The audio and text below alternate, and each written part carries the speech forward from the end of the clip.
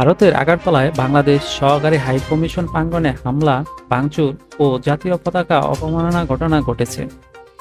সোমবারের এই হামলার ঘটনার দুঃখ প্রকাশ করেছে ভারতের পররাষ্ট্র মন্ত্রণালয়।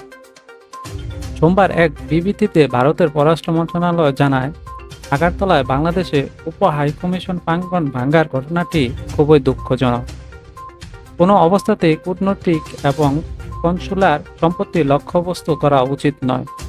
বিবৃতিতে আরও বলা হয়, নয়াদিল্লিতে বাংলাদেশের হাইকমিশন এবং ভারতে অবস্থিত বাংলাদেশে সহকারী হাইকমিশনের নিরাপত্তার ব্যবস্থা জোরদার করার জন্য সরকার ব্যবস্থা নিচ্ছে।